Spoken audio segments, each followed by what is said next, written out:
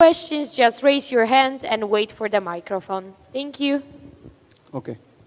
So welcome back to my talk. And in this talk, I present some methods to deobfuscate the machine code. And this research is for malware analyst people. And the outcome of this research is a tool named Opticode. And in my talk, I will show some live demo, so you can see how Opticode can be used to deobfuscate the assembly code coming from the malware. So my name is Nguyen Anh Quynh, or you could just call me Quynh because my first name comes last. Okay, so here's the motivation behind my talk. So being the malware analyst, you have to analyze the malware. But the malware introduced many obfuscation techniques, which makes the code very hard to understand and very difficult to analyze. And because I look around, I don't see any good tools to solve the problem. So I came up with a solution named Opticode. And Opticode mainly uses two techniques. The first one is code optimization. Second one is to handle opaque predicate to deobfuscate the malware code. And I have some live demo at the end of the talk. Okay, so you as a malware analyst, you need to analyze the malware, right? So that means you need to look into the malware to understand in detail how it works inside. And in this talk, I focus on static analysis method to analyze the malware. So the problem is that the malware is not easy to analyze. Why? Because understanding the machine code is very hard and time consuming. So usually given the malware, usually the malware analyst will throw the malware into some reverse tool like, for example, IDA Pro, and you give out the assembly code, and you need to look into assembly code to understand how and what the malware does inside. However, the malware always try to make the code very hard to understand for people analyzing them. They use a lot of obfuscation technique, so the assembly code looks like spaghetti, very hard to understand, very hard to follow. So here's some example. So you see on the screen, there are two code, left side and right side. On the left side, the code looks complicated, hard, long, and not easy to understand. So as a malware analyst, you need to follow each instruction to understand how it works. And the left code looks complicated, but actually what it does is very simple. What it does actually the code on the right side. So the code on the left side and the code on the right side are actually the same code. But the code on the left side was obfuscated, so it makes it very hard to understand. So the question is that given the code on the left side, how can you work out to reason it, to have the code on the right side? Because the code on the right side is what actually the code on the left side does. And here's we have the problem how to understand the obfuscated machine code. Okay, so understanding the obfuscated assembly, like what you saw, is very hard because you need to understand the semantics of every single instruction in the assembly code, right? Unfortunately, there's no good tools available to help the malware analyst. So, for example, given the code on the left side, I asked many people, many malware analysts, how they can understand the code, and they all have the same answer. Can you guess what? The same answer is that they all need to use pencil and paper to work out every instruction to understand what it does to get the code on the right side. So the reason is that there's no good tools for the malware analyst to understand the obfuscated code. For example, you can use emulator, but emulator is not good because it doesn't handle the code that having multiple parts inside the code. You can use decompiler, but however, sometimes the decompiler might lose some context in the high level language when it decompile from assembly to like C language. And sometimes it's even impossible to decompile because the malware is too complicated and they use many tricks to fool the decompiler. And currently there's no tool that support 64-bit code. So we have many problems. Okay, so next we need to have some basic understanding on how the malware obfuscates the machine code. And here I show you some of the most common techniques malware use to obfuscate the machine code. The first one is insert that code. Second one is substitute instruction with equivalent instruction. Third one, they can reorder instruction inside the code. And finally, they can combine all the first three methods to make the code very complicated. So now we go into each method. First one, insert that code. So basically, the that code is a code that can be removed, which means if you remove the code in the obfuscated code, there's nothing that doesn't make no impact, which means the dead code doesn't do anything. So you can remove them. But the malware introduced the dead code inside the code to make it very complicated to understand. Sorry.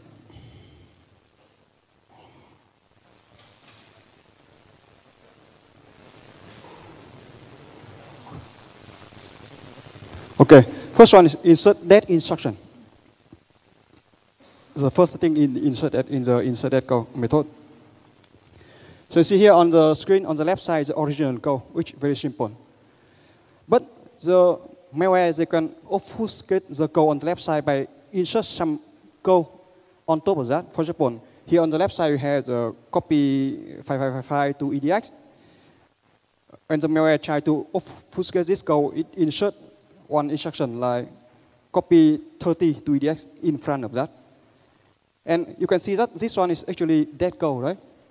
Because after that, we copy something else to EDX, and in the middle, we don't reference the EDX. So this one can be removed. The red line can be removed. But you can see the left side and the right side, they do the same thing, but the right side, the obfuscated code is more complicated. Okay, this one is insert that instruction. Second one, insert not semantic instruction. So the idea is that the malware introduce some obfuscated code into the original code, and they insert some code that does absolutely nothing. For example, on the left side we have the code like copy something to EDX, and on the right side on the obfuscated code they insert two red lines, and you can see that these two lines does nothing. Copy EDI to EDI does nothing, right? Exchange CX with itself does nothing. So this one is not instruction code, does nothing, can be removed. This one also can be removed, does nothing. But the code on the right side is more complicated, longer, and harder to understand. The third one, insert unreachable code into the malware. Oh, again, sorry.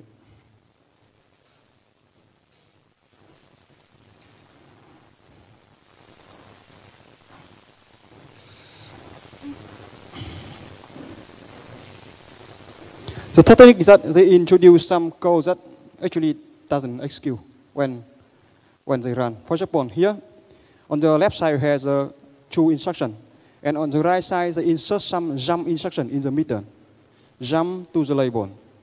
So the code in the middle, the blue code doesn't run, right?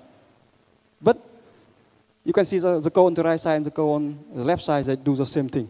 But the code on the right side is much more complicated because of the junk code inserted in the middle, and the junk code does nothing at all because it jump over that. It never got executed. But the idea is that the malware can use this technique and they can insert a very long dead code in the middle. And this makes the obfuscated code much more complicated and harder to understand. The last insert dead code technique is to insert branch instruction into the next instruction. This one is very simple. So insert the jump into the next one. And the code on the right side does exactly the same thing as the code on the left side, but you can see it's longer. Jump to the next one, actually does nothing. And the red line here on that code can be removed.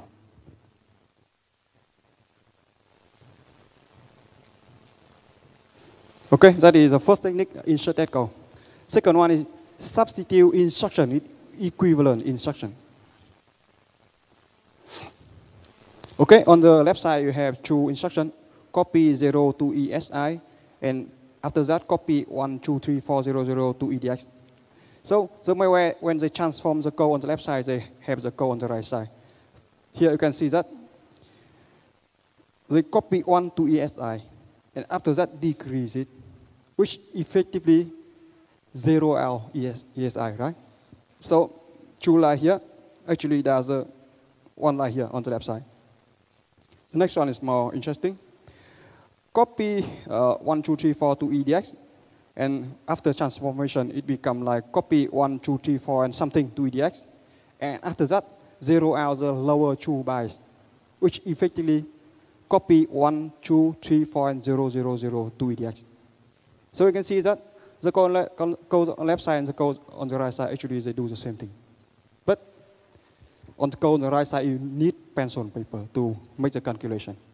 And this one is actually easy because I want to make it easy for people to understand. But in the real code, the malware can make the operation, the arithmetic much more complicated. So yeah, you really need the pencil and paper to work out the equation. The third technique, reorder instruction. Okay, you can see that on the left side you have two red instruction and some instruction below. And when this transformation, the malware move the second instruction down. And you can see the code on the right side and the left side do the same thing, right? But the code on the right side is more complicated because when you analyze this instruction, you need to chase back to see where the ESI was last defined. And in the real malware, they can move this instruction like 100 instruction down. So you have to jump back like 100 instruction, which is not easy. Like the simple here. Simple here is easy, but you can make it much more complicated by jumping around and you have to chase back. Take a lot of time. Okay, finally, and the malware can combine all those three methods: insert that code, substitute instruction, and reorder instruction to make the obfuscated code very complicated and very hard to understand. So the question is that how to deobfuscate the code that is run through the transformation, like what I showed before. So we have three main methods that malware can use: insert that code, how to show them, how to deobfuscate them; substitute instruction, how to deobfuscate them; reorder instruction, how to deobfuscate them. And you need to answer each question. If you can show all the questions, you can solve the problem, right? Okay, so I look around and don't see any tools that can satisfy all of my requirements. So I came up with some solution. And Opticode uses two main methods. The first one is code optimization.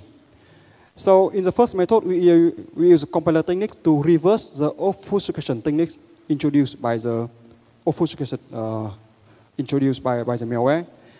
With this one, we had to normalize the code, and after that, we optimize the code. And this one is important. The first method is fully automatic, which means given the code, assembly code, you throw it to the Opticode, and it automatically gives out the answer. You don't need to do anything, right? So the first one is totally automatic. However, the first method doesn't solve all the problem. So I came up with the method 2, which can handle the opaque predicate. And this method can be used to further remove dead code, which is a dead branch in the assembly code. And this method, the second method, I use SNT solver to decide which parts are invisible, which parts cannot be executed at runtime. However, the second method is different from the first method, is that it's semi-automatic, which means we need to have optical. We need to tell optical all the knowledge you have, so optical can remove some dead branch. So the second method is semi-automatic, not fully automatic. Later I show you how those work. Okay, the first method.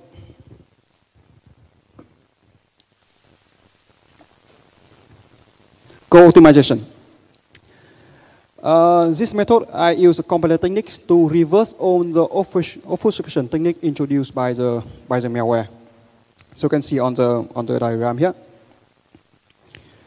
This includes 4 phases. First one, given the machine code, which is obfuscated, I need to normalize the code.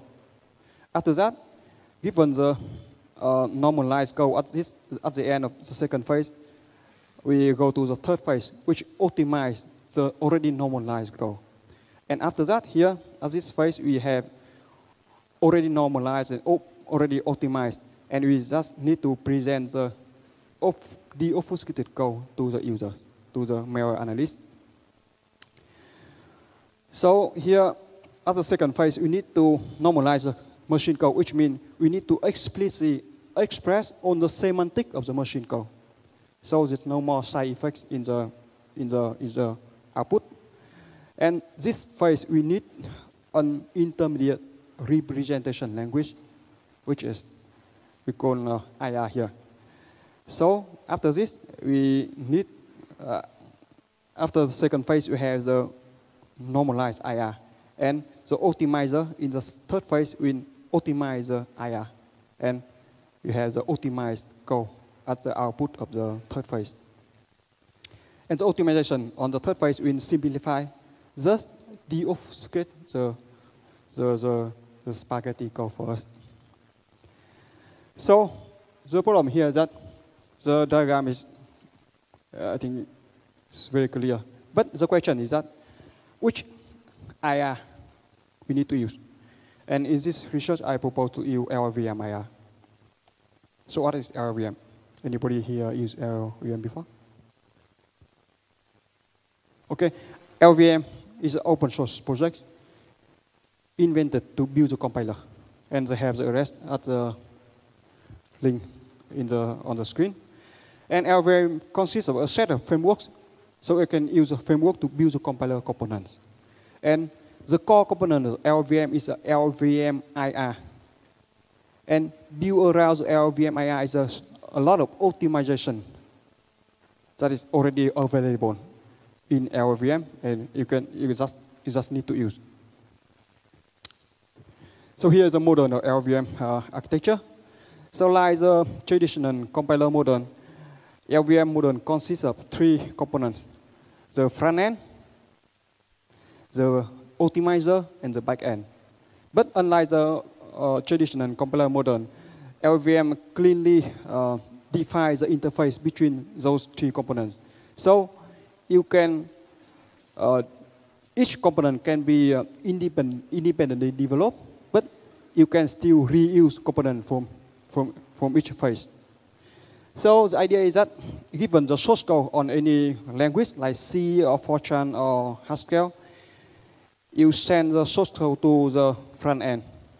And the front end will translate the source code to LLVM IR. So after the first phase, you have the LLVM IR. And the LLVM IR will be sent to the second phase. And the second phase, the optimizer will optimize the LLVM IR. And after the second phase, we have the optimized LLVM IR here, which is much more compact, much more optimized than the code here. And in the third component, the LLVM IR will be sent to the backend, and the backend will compile the LLVM IR to the machine code, which can be Intel, PowerPC, or ARM. And here's a modern LLVM architecture.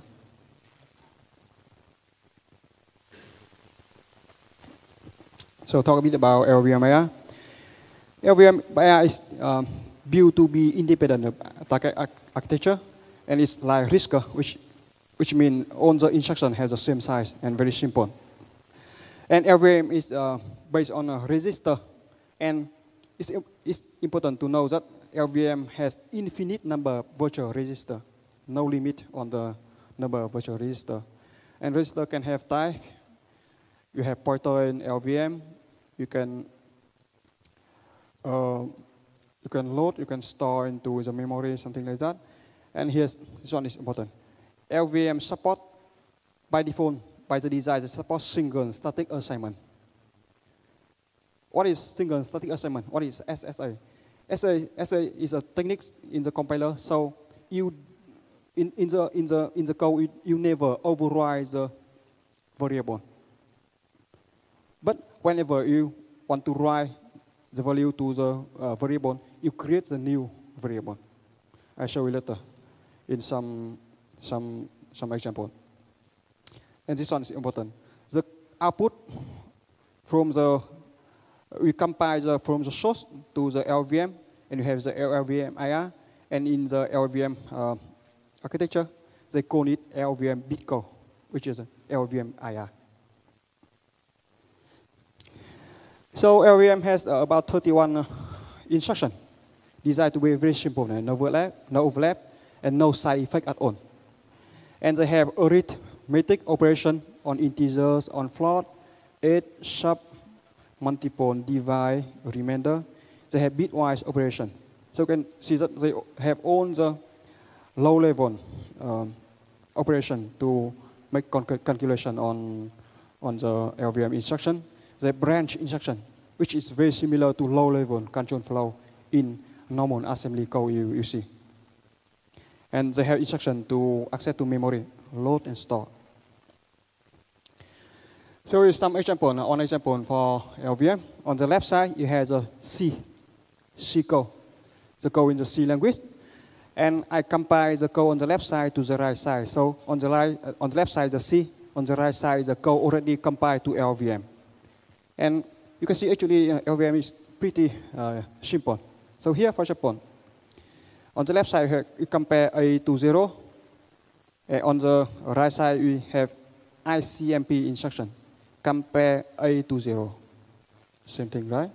If this one is 1, which means A is 0, we jump to done and return B here, right? Otherwise, we go to the next block. Next block is recursive code, which subtract 1 from A, yeah, and then add on to B. And TMP2 and TMP3 are on variable, on virtual variable. And you remember that in LVM has infinite number of virtual register, and you can see here. TM1, TMP1, TMP2, TMP3, TMP4 are all virtual register, and you can create unlimited number of virtual register in LVM. So LVM is actually pretty easy to understand. Okay, so in the framework of LVM, after the first phase, after the front end, we have the LVM bitcode, right? And we send the bitcode to the second phase, to the optimizers. And the second phase is the core component, very important component of LVM architecture. And on the second phase, we optimize the code sent in from the front end. And in LVM, you call the optimizer LVM pass. And we have, LVM has many different kinds of LVM pass, but the most important LVM pass is those pass that optimize the transform bitcode, optimize, change the bitcode, and optimize it to make it something like more compact, run faster, something like that. And there are a lot of LVM passes already available to use in the latest version of LVM, version 3.2. So back to the question, we need the IR, right, to normalize the machine code. So why I choose LVM IR? Because LVM IR is very good IR for normalization. It's very simple, no side effect at all. And it's very close to the assembly language. That make it very easy to translate from the machine code to LVM IR. And we only use a subset of LVM instruction. We don't use everything. And the third reason is that LVM already provide very handy frameworks. So it's very easy to build the new LVM path to process the LVM bitcode. So you just use the framework available, write some simple passes, and you can do your job. And lastly, very important, we can just use available optimization already introduced in LVM project, and those optimizers will actually reverse on the obfuscation technique introduced by the malware. So here's what I did. So actually what I did is I built a front end for machine code language. I translate the machine code to the LVM IR. And after that, I run the LVM IR through the LVM optimizer already available. Just use it.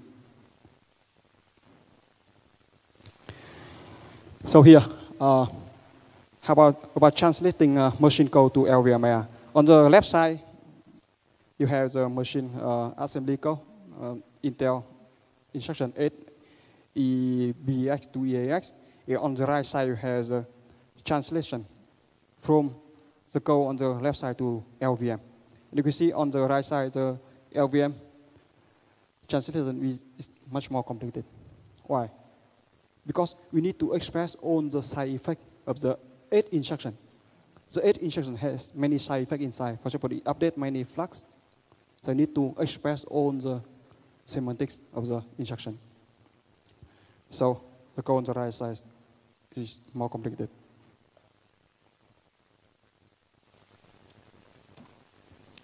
Okay, so after the normalization phase, we go to the third phase, optimize.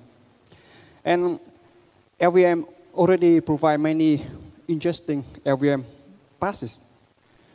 And here I just show you some of the most important ones that can be used to deobfuscate the LVM bitcode. The first one, constant propagation. So has the inputs like this, x equal to 14, e equal to x plus 8. And you run this code through the constant propagation optimizers, and you have output like this, which is the same thing, right? But easier to understand, more simple. The second one, remove dead store instruction. These optimizers can remove the dead instruction for you. For example, here we have the input like y equal to 3, y, and later y equal to x plus 1. And these optimizers can remove y equal to 3 for you, because that's a dead code. So this optimizer is very nice. The third one, combine instructions. And this optimizer can make the code easier to understand, more compact. Like here, y equal to x plus 1, z equal to y plus 2. So we have the output as z equal to x plus 3. So easier to understand, more compact, right? And finally, very important, the simplified control flow graph optimizers. This one can remove isolated basic block inside the LVM bitcode. It can merge basic block. If two basic blocks just connect it to each other and no condition running from one to another. So they can, these optimizers can merge these two blocks into one. So actually, we already saw all the problems. Why? So insert that code can be reversed using two optimizers, DSE, remove dead store instruction, and simplify control flow graph. Substitute with equivalent instruction can be reversed with constant propagation and instruction combine, and some others I don't list here. Reorder instruction can be reversed with instruction combine. So very nice. So here's one example for you. On the yellow block is the input, 3 instructions. Sort EAX with EAX, exchange EBX, and after that add true to EX. So what the yellow code actually does? It just copy true to EX, right? So I normalize this code, and we have the purple block here. And after that, I run the purple block through the optimizers, and we have the output here. This one's already optimized. And you can see, this one actually does what you want. Store true to EAX, which copy true to EAX. And that's actually the deobfuscated code of the yellow block. So you can see the LVM optimizer are actually very amazing. You can do very well the optimization. And the side effect that it reverse on the obfuscation technique introduced by the malware for us. Okay, so come back to our diagram. We have 4 phases.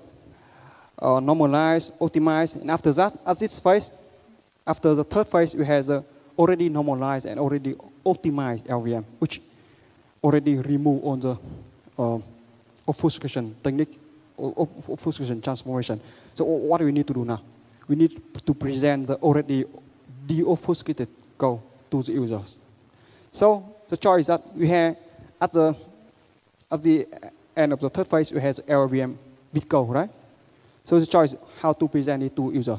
So we have just 2 choices. First one is just show the user the LVM bit code, which is easy. We don't need to do anything. But however, this one is not very good because we need the malware analyst need to understand the LVM, which probably not many people know. So I go with the second choice. I compile the LVM bit code,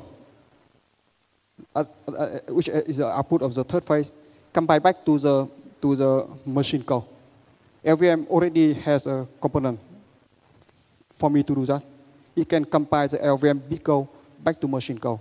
And after that, I disassemble the machine code to the assembly, and then I present it. So here we present the deobfuscated assembly code to the malware analyst. And this one is good because we suppose already the malware analyst understand very well assembly, right? So we show the problem. So here's some demo.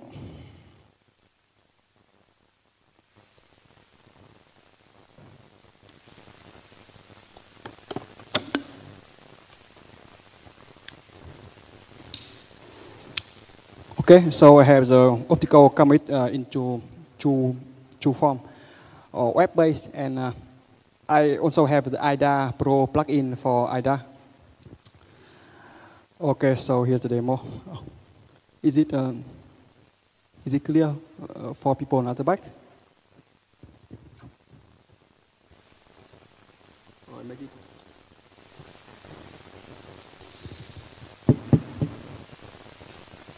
Okay, I zoom in so you can see.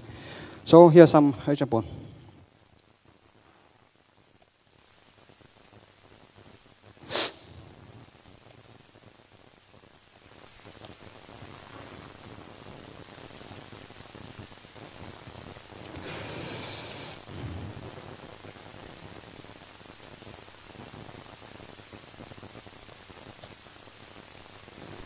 Something like this. What this one does? Oh, sorry. So EX UD cell. So after that, we add 9 to EX and shift left, which means double it, and after that decrease. So what it does? You need pencil and paper, right? To calculate. But I don't need to do that. I just click a button. Oh, sorry. I need to run the tool first. It's not run yet. Okay. So now I click the button. I don't need to calculate anything. Oh, sorry. I think I modified something last night, so okay, let's. Okay, so make it more simple. There's some bug in the code. So you can see On the right side, we have deobfuscated code, which is just copy 9 to EAX. EAX here is a variable in the output. So I don't need any calculation, right? So first of all, now I introduce some dead code into the code on the left. For example,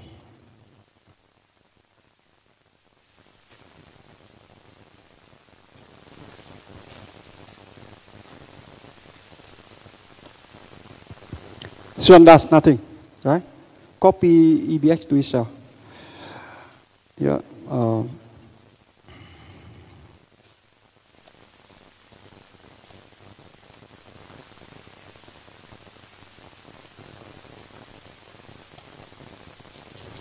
Okay, so you see, this one is that instruction, does nothing.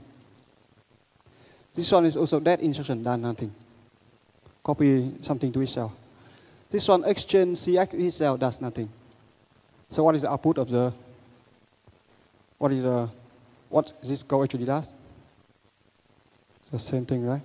Now, just click the button. Yeah, same thing.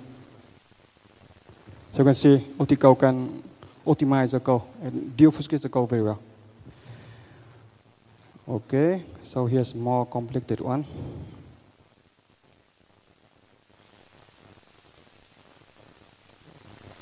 Okay, I have code like this. This code they use on the transformation technique I introduced. Jumping around, adding something like doing nothing and make some complicated calculation. And this one is much more complicated, so you really need a pencil and paper. But I don't need to do that. Just click a button. Yeah. This is what the code on the left actually does. Actually very simple. No more jump around, no more complicated things.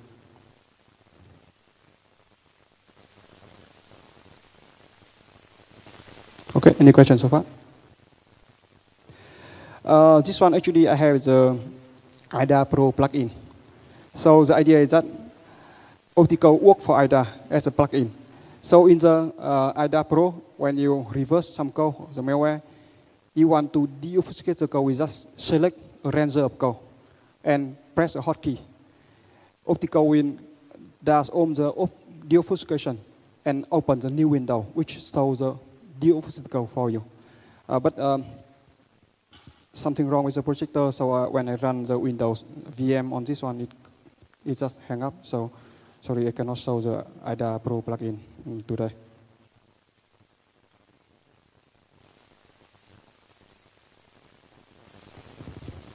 Okay, so we come to the second method, opaque predicate. So you can see that the first method, the compiler optimization method, can be really nice, can show many problems, but still it doesn't solve all the problems. So we come with the second method, how to handle an opaque predicate in the malware code. So opaque predicate is a logical condition that cannot be evaluated with a static analysis. What we are doing here is a pure static analysis, right? But pure static analysis cannot show the logical condition that is present in the malware. And typically, opaque predicate impacts the condition and jumps. So being the malware analyst, we don't know the runtime context of the malware. But the malware writers, they know very well the context of the runtime, at the runtime, so they can introduce some opaque predicate into the malware. And this is a very popular technique for the malware to obfuscate the code. Here's a example. So you have a yellow block, compare EAX to 100, and if JZ means jump is greater, which means if EAX is greater than 100, jump to block 5,000.